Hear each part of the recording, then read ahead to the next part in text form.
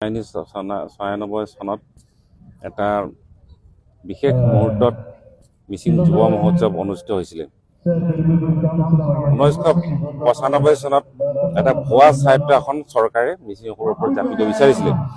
তাৰ প্ৰতিবাদ কৰিছিল আৰু প্ৰতিবাদ কৰাৰ কাৰণে চৰকাৰে এটা কঠোৰ ব্যৱস্থা গ্ৰহণ কৰিছিল আৰু আমাৰ বিৰুদ্ধে এটা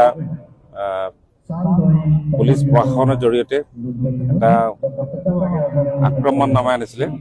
আমাৰ যিবিলাক নেতা আছিলে তেওঁলোকে ঘৰত থাকিব পৰা অৱস্থা নাছিলে, সকলোৱে আত্মগোপন কৰিব লগা হৈছিলে আৰু পুলিচৰ লগত এটা সংঘৰ্ষ হৈছিলে। আৰু তেতিয়া আমি য'তে গৈছিলোঁ আমাৰ সতীৰ্থসকলে কৈছিলে, আপোনালোকে যদি আহিছে গণতন্ত্ৰৰ কথা নক'ব, আমাক বন্দুকৰ জৰিয়তে আমি আন্দোলন কৰিব লাগিব, সহজ সংগ্ৰাম কৰিব লাগিব।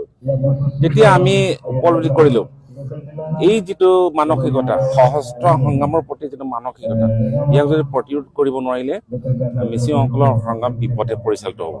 আমাৰ ৰমেশ পেগু ডাঙৰীয়া আছিল, তেখেতে আমি বহিলোঁ, পপন পেগু ডাঙৰীয়া আছিল, আমি বহিলোঁ।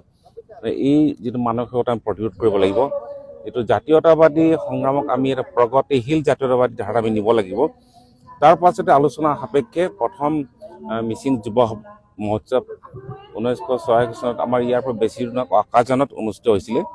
আৰু তাৰ পৰাই আমি বন্দুকৰ সলনি আমি যুৱসকলৰ হাতত আমি ঢোল, পেঁপা, গীটাৰ আৰু হাৰমনিয়াম আদি যিবিলাক বাদ্যযন্ত্ৰ আছিলে, আমাৰ যিটো টুটক টাপু আছিলে, এজুক টাপু আছিলে, যিটো আমাৰ পৰম্পৰাগত যিবিলাক বাদ্যযন্ত্ৰ আছিলে, তাৰ জড়িত সাংস্কৃতিক এটা সংগ্ৰাম গঢ়ি তোলাৰ কাৰণে এইটো আৰম্ভ হৈছিলে। আৰু তেতিয়াৰ পৰা আজি দশম সংখ্যক ইয়াত অনুষ্ঠিত হৈছে। আৰু আজি আমি ক'ব পাৰোঁ যে অসমৰ বিভিন্ন জনগোষ্ঠীৰ মাজত এটা সশস্ত্ৰ সংগ্ৰামৰ প্ৰতি যেটা দুৰ্বলতা বা আকৃষ্ট হৈছিলে, কিন্তু মিচিং যুৱকসকল আজি তেওঁলোকে এটা প্ৰগতিশীল এটা জাতীয়তাবাদী সংগ্ৰামত ফালে আগবঢ়াইছে, এটা এজেণ্ডালৈ আগবঢ়াইছে। আৰু আমি এই আন্দোলনটো সামগ্ৰিকভাৱে এটা ৰাজনৈতিক এটা এজেণ্ডা হিচাপে লৈছোঁ। আমি এইটো সংস্কৃতিক আমি এটা ৰাজনৈতিক এজেণ্ডা আনিব বিচাৰিছোঁ আৰু সংস্কৃতিৰ জৰিয়তে ৰাজনৈতিক যিটো এটা সচেতনতা আমি গঢ়ি তোলাৰ কাৰণে এই যুৱ মহোৎসৱ আগবঢ়াইছোঁ। আৰু এই যুৱ মহোৎসৱত এতিয়া সমগ্ৰ মিচিং ৰাইজ জড়িত হৈ পৰিছে আৰু উঠি অহা চামটোৱে এটা প্ৰগতিশীল এটা সাংস্কৃতিক ধাৰাৰ লগত জড়িত হৈছে আৰু এই যিটো সম্পৰ্ক আৰু বেছি শক্তিশালী হ'ব।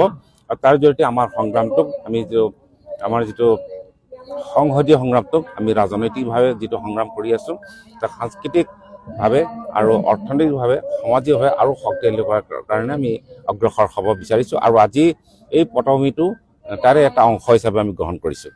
ধন্যবাদ। ছিক্স চিডিউল এটা সাংবিধানিক আমাৰ অধিকাৰ, এইটো আমি মিচিংসকলে পাবই, তাত কোনো সন্দেহ নাই। আৰু ইয়াত কিছুমান বিষয় আছে, আৰ্থ সামাজিক আমাৰ ভৌগোলিক কিছুমান কথা আছে, সাংস্কৃতিক কথা আছে, সেইবিলাকো আমি চাব লগা হৈছে।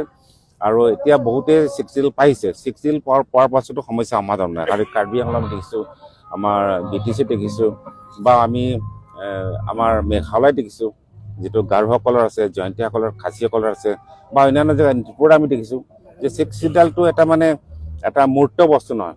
এইটো সকলো জেগাতে আৰ্থ সামাজিক ৰাজনৈতিক পৰিস্থিতি বেলেগ আছে, সাংস্কৃতিক পৰিস্থিতি বেলেগ আছে।